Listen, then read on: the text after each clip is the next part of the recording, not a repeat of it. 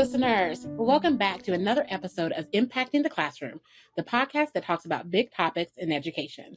I am Marnetta Larimer, and as always, you know I like to ask, what's impacting education? This season, we've been exploring the current crisis facing education. There is simply not enough teachers. Fewer are joining the workforce, and many are choosing to leave for higher paying jobs. On top of that, decades of research has shown that teacher quality is what matters most for child outcomes. But how do you ensure teacher quality during a teacher shortage? I'm joined today with folks from Teach for America who are tackling that very challenge. I'm so excited for these two people. Grant Van Eaton, Senior Research Scientist at Teach for America, and Robin Greatrex, Senior Managing Director, Teacher Leadership Development Learning and Insights for Teach for America. Welcome, welcome, welcome. Thanks so much. Thank you so much for having us. It's my pleasure. I feel like we're just kind of attached, and we could just do this kind of thing, often. Maybe we could meet up every couple of episodes, because there is so much that you can share with our audience that can be very beneficial for, moving things forward. Well, I'm getting ahead of myself. They don't even know what you're going to tell them yet. So before we get to that, Grant, can you tell us a little bit about what your role is at Teach for America? Yeah, happy to. Thanks, Marnetta. So I'm Grant Van Eaton, and like Marnetta said, I'm a senior research scientist. I started as a core member about 15 years ago. So I was a high school biology teacher at Teach for America, or through Teach for America in Washington, D.C., where I currently live, and then kind of got bit by the bug of how can we create better prepared teachers faster? How can we ensure they're having a really strong impact on their students? So I went back to grad school, and as I got more into kind of the research side of things, I really got frustrated with how we were measuring classroom learning and how teachers were having an impact in the classroom. And so I got really curious about how do we make these measures? How do we do a better job of actually measuring things that matter for high quality teaching? And so really focused on that through my graduate school career, and then came to Teach for America on staff, where my job is essentially to do that. So I look at how are we measuring the ways in which our teachers are learning, developing. How do we make sure they're doing that even faster and even better over time so we can be having better impact on kids in the classroom? And then how do we know that we are actually having that impact, that kids are thriving, and not just their academic outcomes, but their broader outcomes as well. And so to do that, I work very closely with Robin, with our program team, and with a lot of academics. So I manage all of our research partnerships with really fantastic academics across the field, and partnerships with people like Teachstone to ensure that we're working in community to do this work together better and to really have an impact on the broader field. Our learning is not just about how can we help Teach for America and our teachers do better, but the entire field do better by kids. So it's a really fun role. Wonderful. I'm not going to lie. I love research and using it to inform my practices and stuff, but just the thought of doing the research makes me sleepy. So, so I love that there's people out there like you that just gathers it for me and I can just go from there. Robin. Similar to Grant, I started my journey in education as a core member. I was an elementary school teacher in New Orleans and in Houston. And then also similar to Grant, I sort of caught the bug and went to graduate school, where I really fell in love with the work of teacher education and really thinking about how do we help support and develop our new teachers, induct them into the profession, and then provide them with the tools and resources that they need to stay and continue their impact in education. And that's how I made my way back to Teach for America. And I worked for a really long time in our summer programming and our summer training. And because I have a background in data and research, similar to Grant, I sort of fell into a role where I support the data learning and insights work that we do, specifically on the program team at Teach for America. And so I sort of think of my role as being one that helps us get better, faster together, and really thinking about how we can use data to inform that continuous improvement in our practice at all levels. So for those of us sort of at the upper levels of administration, all the way down to our coaches and our core members with their students. And so I love this role because I really get to focus on how we are supporting teachers, how we are helping them do great things in community with their kids, and how they really can sort of find their own way to make their impact with their areas of strength and what most interests them. Wonderful. I will say, and I'm sure our listeners and our viewers will just see it. There is just this great energy between the two of you. And you can tell there's just this nice, loving, collaborative relationship that's really for the betterment of your organization. So if you haven't felt it yet, you will by the time we're done. All right. So my first question for you, and you hinted at some of this in your introductions, but I want you to tell us more about Teach for America and how you are specifically supporting the education workforce. Yeah, happy to start with that. And so for those of you that are not as familiar with Teach for America, because we are less in the early childhood space, but we place teachers all the way from pre-K through 12th grade. We have approximately 4,000 what we call core members, which is our fancy word for novice teachers in their first 2 years that are still actively receiving Teach for America support day to day in the classroom. And Teach for America is built on what we call a two-pronged theory of change. So that first prong is immediate impact. And our two primary programs for that are the one that most people are familiar with, our core member program. So having teachers in classrooms working with kids on the day-to-day. We also have a newer program that we call our Ignite Fellows, and those are primarily college students who are doing high impact virtual tutoring for students that are in the K-12 space. So we have those two things that are in that first prong of our theory of change, of having immediate impact on kids in classrooms. And then our second prong of our theory of change is around long-term systems change impact. We know that educational inequity is baked into our system, and this system has been working that way for literally generations. And that the only way we're really going to be able to solve that is if we work to change the system from every possible angle. It is going to take more than just dedicated teachers and dedicated administrators to fix the systemic issue. We need policymakers actively working on it. We need strong doctors working for healthcare access in communities. We need lawyers representing people who have been harmed by the system. And so we know it's going to take a whole community of support. And so by having our core members in the classroom, having that firsthand experience, and then taking that with them to wherever they feel like they can have the most impact, that's the second part of our theory of change, of how we're going to change the entire system to be more equitable for all students. As part of this work, we've established what we call our 2030 goal. And that's by 2030, that we want twice as many children in the communities where we work to reach key educational milestones that indicate that they're on a path both for economic mobility and for a future filled with possibility. And we're measuring that at both the national, using national metrics and local metrics. So on the national scale, we're looking at third grade reading scores, fourth grade and eighth grade math scores, and then college and career readiness in high school.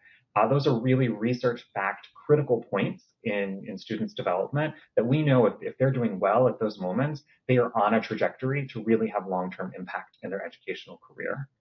And then we have a suite of local metrics that we're looking at as well. Absenteeism, suspension rates in schools, retention at different grade level points, social and emotional learning, misplacement in special education, student mobility, and how often they're transferring across schools to really capture how are these things influencing long-term outcomes for kids. And as part of that, I'm sure a quick question that comes to mind, okay, so you've had all these teachers. One, how many are they? And how many of them are actually then still in education, looking at those two prongs? So to date, we have more than 60,000 people that have gone through the Teach for America program. We're a little over 30 years old now and have quite the alumni base. After you've finished your 2 years as a core member, you graduate to alumnihood. We call them alumni. 60% of those alumni are still working in a profession connected to education. So these could be teachers, they could be school leaders, they could be district administrators, state systems leaders. And of those, about a third of our alumni, around 20,000, are still actively teaching in the classroom. So a number of our alumni are still there doing that hard work every single day. And then we have a number of alumni around them supporting them in a number of different fields. So that's kind of a quick overview of Teach for America. And curious if that raises any questions or anything we could talk more about. Yeah. Well, I mean, you covered so much. I was just writing notes of, just like your theory of change, right? And the two prongs. When I think about that first prong, right? What do you do to entice or invite people into Teach for America? Like, and just kind of catch them into this beautiful web that you have. That's such a great question. And I think one of the things that's really unique about Teach for America is that we position ourselves as a leadership development program. And we see the fundamental sort of foundation of that leadership development being teaching as an act of truly profound leadership that happens in the classroom in partnership with kids. And so we're really looking primarily on college campuses, but our recruitment network is very vast and also looks to recruit leaders who are beyond their college years. And our emphasis is around recruiting and selecting outstanding and diverse leaders that really demonstrate what we think of as the qualities necessary for systems change leadership and a deep, just profound commitment to expanding opportunity for children in low income areas. And so we have a pretty large recruitment team that works across, like I said, college campuses and other sort of professional networks to identify folks who maybe didn't initially think that their pathway into a career that makes impact was through education, but through conversations and through exposure and helping people understand sort of the challenge of educational inequity, they really get connected to and see a pathway to make that systems change through their own leadership, through education. And so it's through that recruitment and selection model that we bring those teachers in. And I think one of the things that's really kind of amazing about what we've been able to do with that recruitment and selection model is that we are now bringing in one of the most diverse groups of teachers into the field, not only in terms of racial and ethnic diversity, but also in terms of the percentage of our core members who come from low income experiences and low income backgrounds themselves. And so it's pretty powerful what this model does because we are then activating and helping to support folks bring the leadership skills that they have developed through their life experiences, through their college experiences, through their other career pathways to bear in our classrooms and in our communities, which I think is incredible. Yeah. In terms of what that means for changing even the teaching force itself and the implications that that has for students of color and for students from low income communities. Ugh, beautiful response, which more things came up to my mind, right? You were talking about like these recruitment efforts, right? And part of what we're talking about and what I opened with is, this shortage, right? So even with the best recruitment, please come to this field. It's really not going to pay you very much, right? So, how do you combat the compensation piece at Teach for America? Yeah, so one of the things that we've really invested a lot of our organizational capacity in, and I don't just mean in terms of the work we do, but also in terms of some of the financial resources that we're able to sort of organize and bring to teachers because of who we are and our track record of success, is we provide our teachers with some financial incentives to join the Corps that help them transition to this new career in teaching. A lot of our people change regions, they move to a new location to become a teacher. And so our financial support helps them make that transition. We're also an AmeriCorps aligned program. And so our teachers receive AmeriCorps stipends that they can use to go to graduate school or pay down student loan debt that they've already incurred through other pathways. So there's some financial incentives that we're able to provide teachers when they join our program.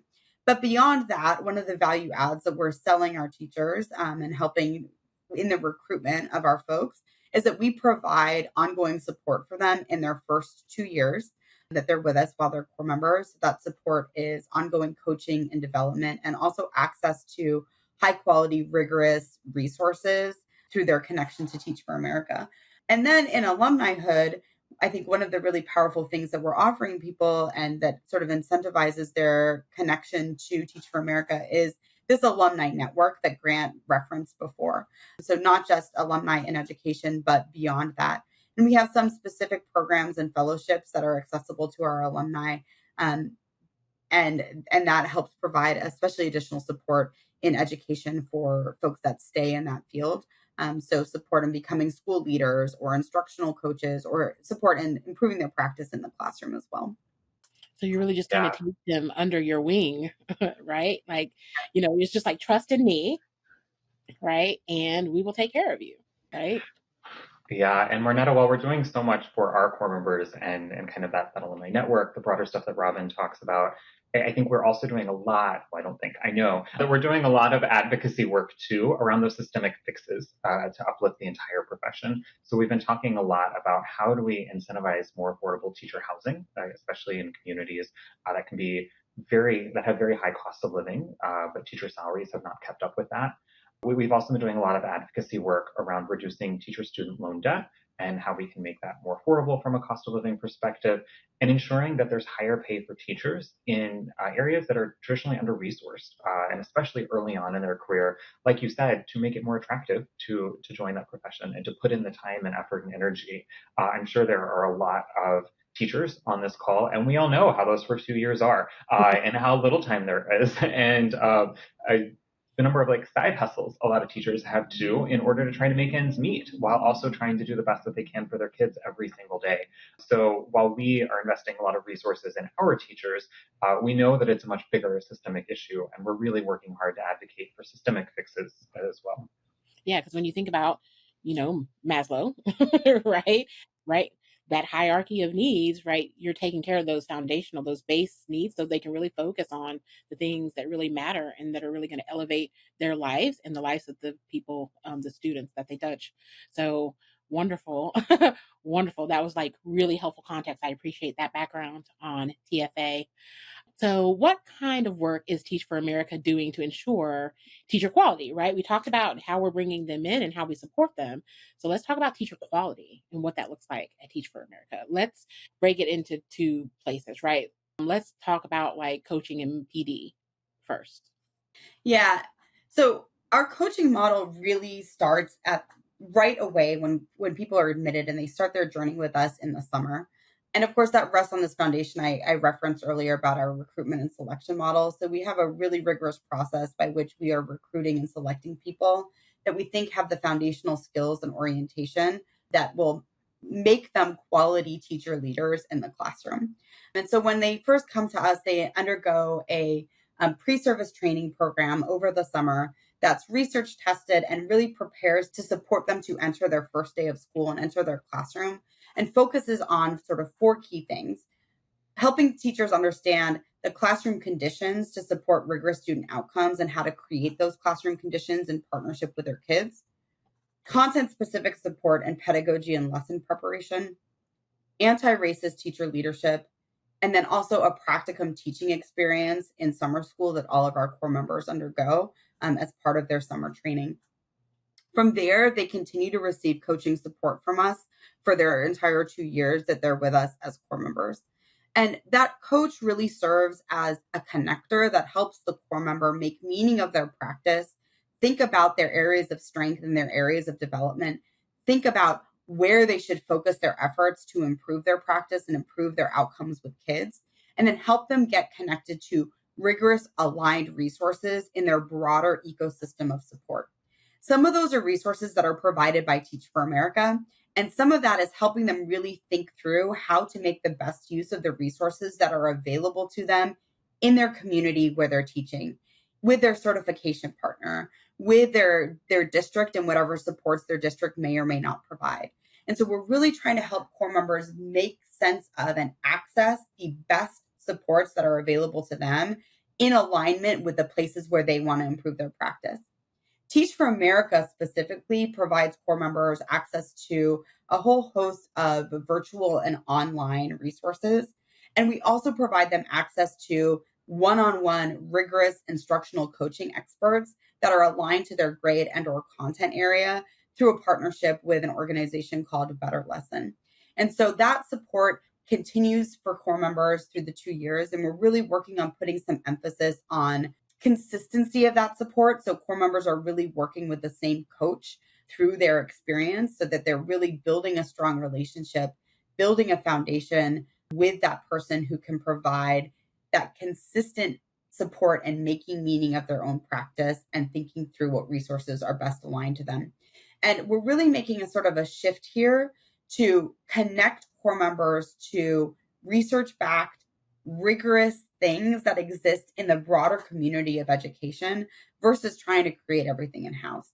And this is a place where, to shift us to the role that we think class will play in our ecosystem, this is a place where we are just so thrilled and excited about starting to use class at Teach for America, because we know class provides this unbelievable orientation to interactions between educators and children that lead to stronger outcomes with our kids.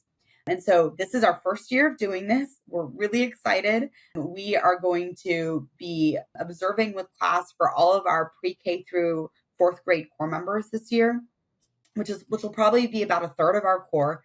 And we really see this as an opportunity to provide shared language, a shared framework, and a shared tool for our coaches and teachers to make meaning of their practice in a way that is oriented around educator quality and really amazing interactions between educators and kids in the classroom as a way to help support that through their early training and their 2 years as a core member. Grant, I don't know if there's anything else that you would add there in terms of why we selected class and why we're so thrilled about this partnership. Yeah, hold on, because I mean, I was getting ready to get into that. That was my next question, right? Like, tell me about this partnership. That was a great segue. So, Grant, pick it up. Like, tell us more about this partnership. And I agree, Robin, class is everything. I'm a little biased, but class that you stated. So, I love, and I want to get back to something you said, but first, I'd like to talk about this partnership with Teachstone and Teach for America. Yeah, happy to. And thanks for the great segue, Robin. So I cannot underscore enough just how excited we are about Teachstone, about class, and what this is going to mean for kids and communities in the communities where we work. And we started this journey over 2 years ago. It's taken us 2 years. So if there are people out here listening that are thinking about the systems change, how do you bring this? How do you come about? It's not a fast process. It has been a slow roll, but because of that, we've been able to pull in a lot of investment and get a whole system really excited about the work that we're doing together. So about 2 years ago, we started with just a basic needs and landscape analysis, and we worked with over 60 different partners. I think about 30 or 40 of them were internal, and the other 20 or 30 were external, thinking about funders, foundations, school systems, school leaders where we work, our core members, to see what did they need out of a measurement that we were going to use to think about the quality of our classrooms and classroom interactions. And a number of things came up from that. One, we needed something that we could really rigorously ground coaching conversations in, that core members could use to further their own learning and development on their own, that they could use in conversation with their coaches to improve their practice, and then that we could use as an organization to target supports better and more agilely in the moment to say, ooh, we're seeing X, Y, or Z on this measure. Let's make sure that we're providing the support in the moment to make sure our core members are getting what they need to have the impact on students.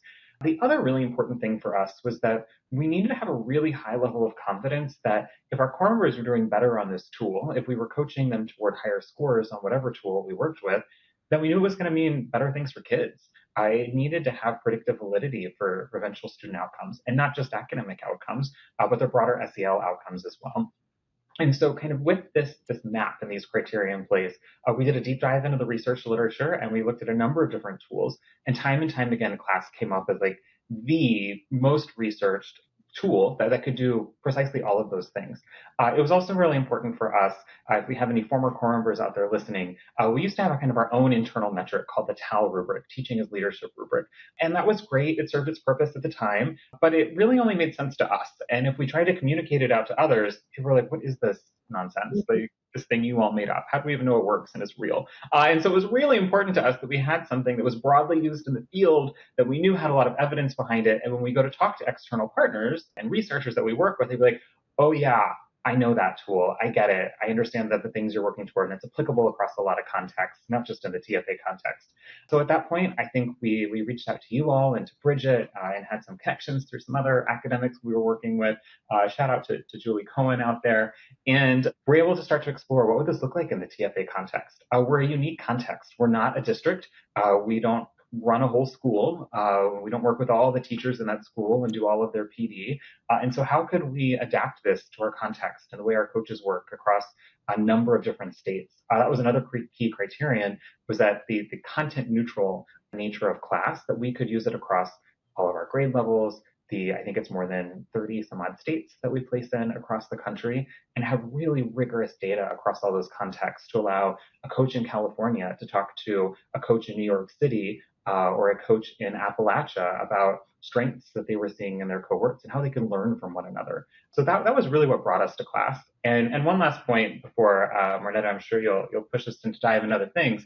It was really important to us that it be about learning and development, not accountability. Robin and I think we both were teaching around the No Child Left Behind era, we've seen the impact firsthand of what high stakes accountability can mean for teachers and schools and districts and the negative effects that it can have. And we've seen that through our own research and all of our policy work and talking with a number of stakeholders.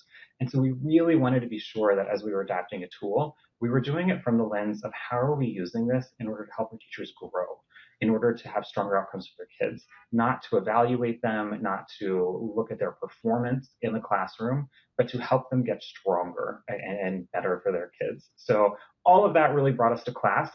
In class, we felt like encapsulated all of that. And we are so excited. We did a mini pilot back in the spring to kind of get our feet wet with it. And now, as Robin said, we're doing this with about 30 to 40% of our core members this year before scaling it up to 100% the year after. And we are so excited to learn together through this journey. Yeah, it's been great to watch your progress through, right? It's like every time I see you, you guys are even more classy and more class excited, right?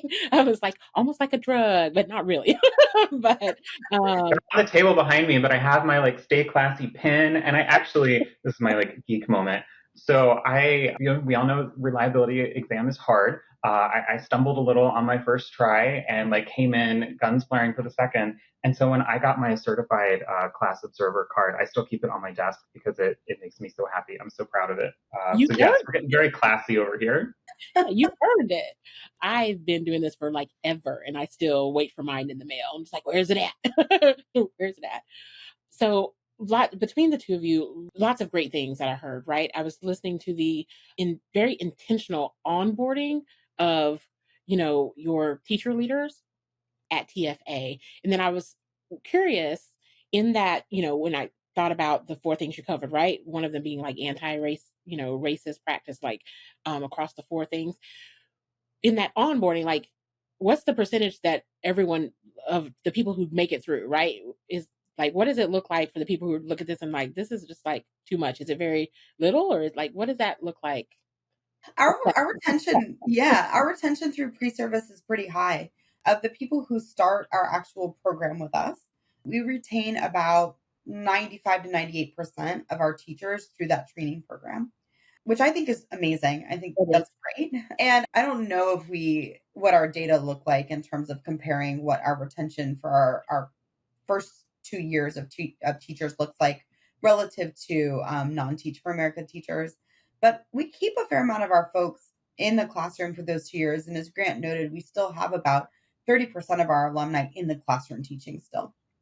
And one of the things I think about, and I know we don't have data on this, but I always like to think about what percentage of those are folks that would never have become teachers if it weren't for an alternative certification pathway that helped them think about this work as an act of leadership and that provided them with so much support in their first 2 years of teaching. And that's kind of a no number, but that's what I always like to think about is how many of our folks are folks that never would have thought of teaching as being a pathway for their work that have now made an entire career out of it and are still teaching in classrooms with kids. And now I'm upset that you brought this question and I don't have an answer for that question. Like, so now I'm going to be just pondering it. So you're going to have to come back and let me know. Like, I'm going to need you guys to do some mining and figure that out because I'm going to need what that number is. Grant, you said something too, just, about, it took like 2 years, and you said it was a slow roll. And I think I just want to emphasize, that's just like class, right? So as, systems adopt, class and you're looking at those shifts in practices and right and those outcomes, it is a slow roll, right? Like, so you might have some PD, but you can't expect sixes and sevens after that PD, right? You have to celebrate all the little integers in between because it's a walk, not a run, when we're looking at those effective quality interactions that we're looking for in consistency in those classrooms. Marnetta, we get our first large data set this fall, and I am just dying to see the data. I am so excited. And like you said, it's going to be a journey over the next few years as we better internalize and understand class. But this is our baseline. This is where we get to start on our journey. And I am so, so excited to establish that baseline. And then the real work starts of helping nudge those scores higher and higher each year. Yep.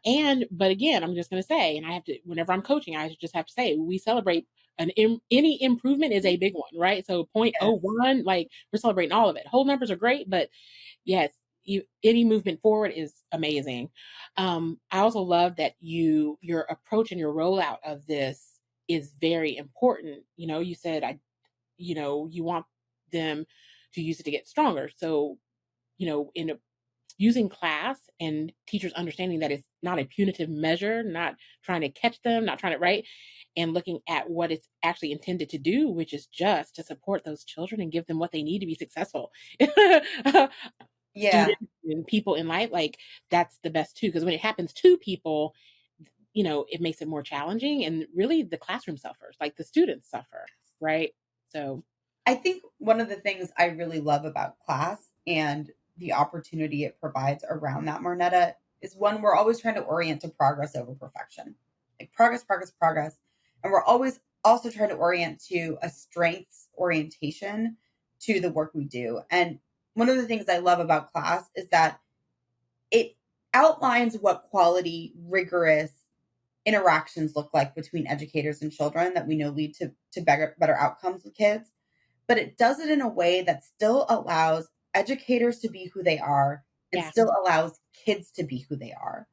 And absolutely. that to me is really critical in all of this, because we need to help orient our core members to both sides of that. We need to help them see how they can be amazing educational leaders for their kids and maintain their true authentic identities, and create a classroom environment in which the same is true for kids, where kids are involved in rigorous creative learning, but that are able to bring their authentic true selves to that learning environment and to that classroom space. And I think that allows us to celebrate every win. That allows us to say, what are our strengths here? These are your strengths. Great. Let's keep building on that. And it allows us to see the beautiful interactions that happen with our educators and with their kids. That may not be 100% of the time. It's not going to be 100% of the time. And there are definitely places where we need to get better. But class is such an asset based tool that allows people to be who they are and for us to really celebrate every win. Absolutely. I mean, I love it. Come as you are. And I mean, the teachers, the people who are living in that classroom day after day, they know those students, they know that community, right? They know what they need. And it just allows them to serve them in the way they know how to serve them in the best way that they know how to do it. And right. So, yes, I couldn't have said it any better. That respect for the communities that we're serving, the individuals that we're serving, and allowing them to just come as they are is exactly what I love about class, too. Grant, I also wanted to say you shouted out Julie, and now she's going to have a bunch of DMs with people trying to help. So I don't know. Look, you have to be careful with shout outs around here. Um, it's lots of attention. She's truly amazing. She's a very busy woman, but especially for like science of reading and all the stuff for our early learners. Truly amazing. Yes. Thank you so much. So, I mean, just like so much. I want to make sure that I caught everything that I wanted to, and I did. So we have this wonderful collaboration that I'm looking forward. I'm so excited to read your outcomes and just kind of just follow this journey with you all. I mean, that's what I'm saying. This might have to be like a check-in, type of thing, just for Yeah. updates We'd whenever. love to come back this fall and give some updates on what we're learning and finding.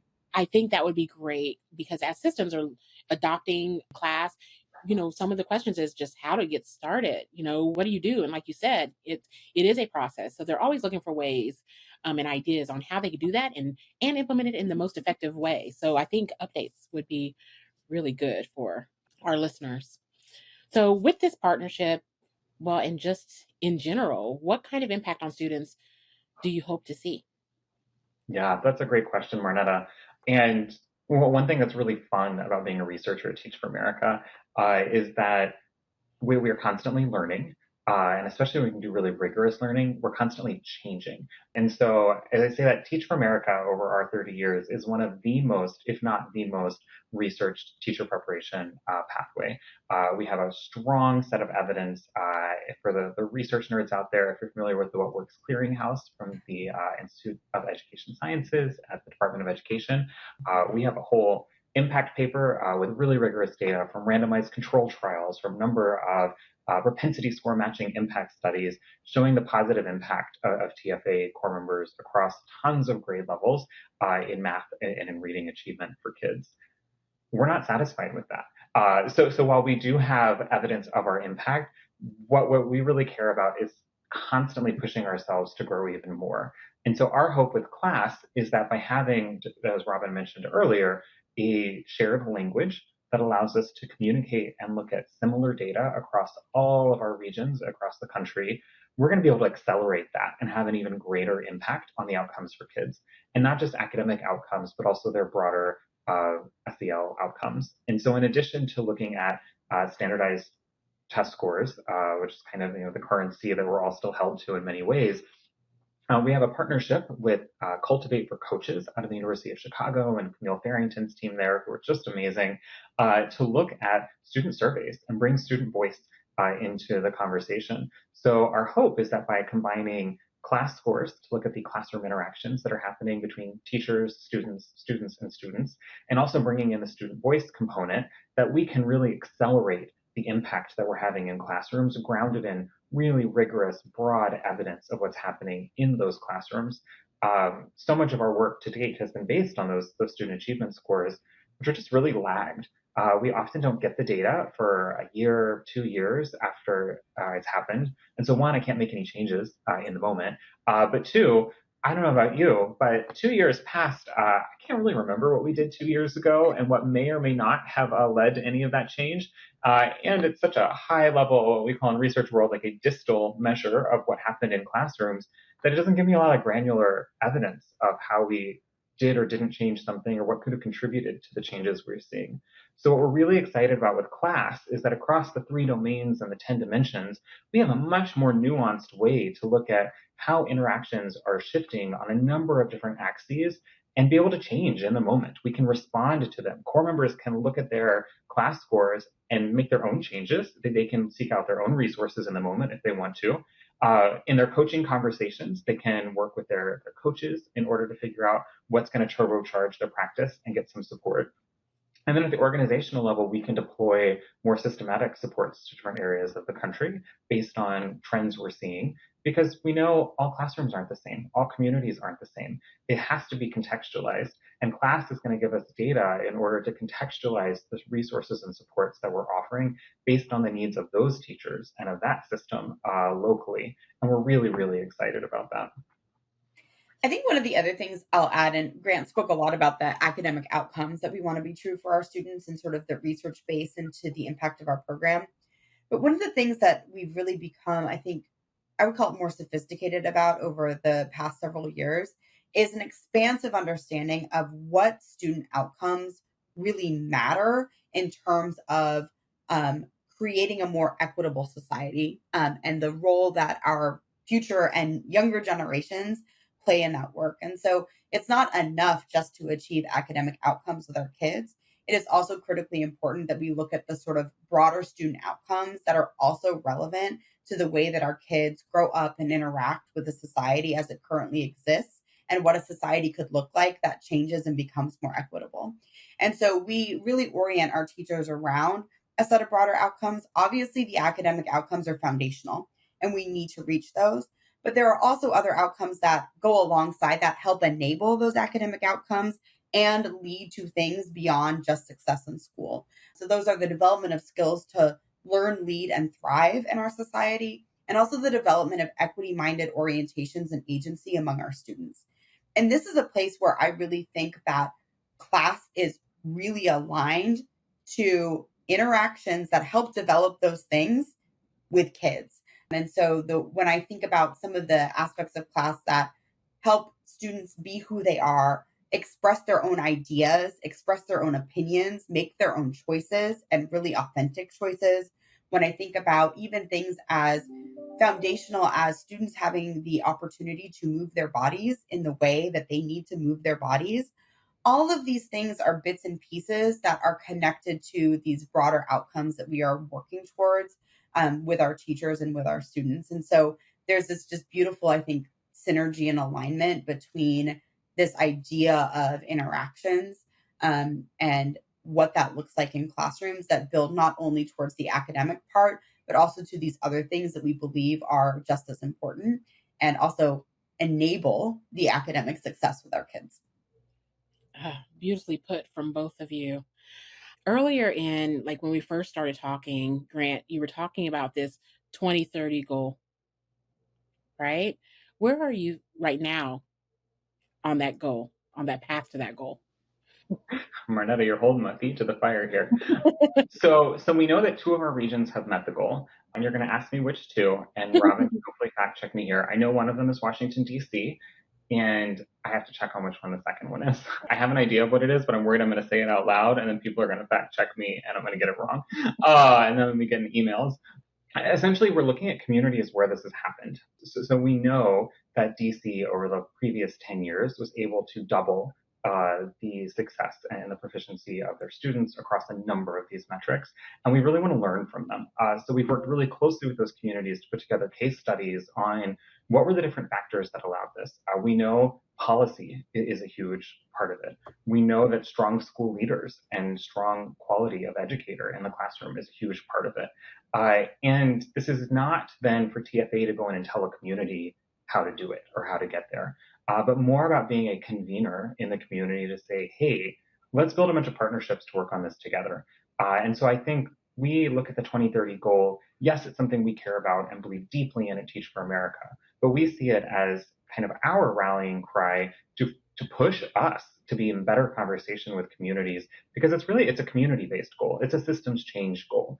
Our core members alone are never going to be able to achieve that for a community.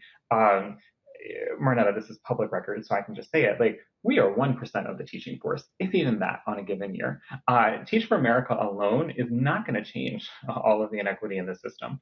But through our alumni base, through our community partnerships, and through the way in which we want to orient ourselves to others, it's really important to us that we are working toward a goal in community with the communities in order to build this, and learning from communities that have done it really well, taking those lessons with us to other places that we work, and then figuring out how to adapt it, because no two communities are the same.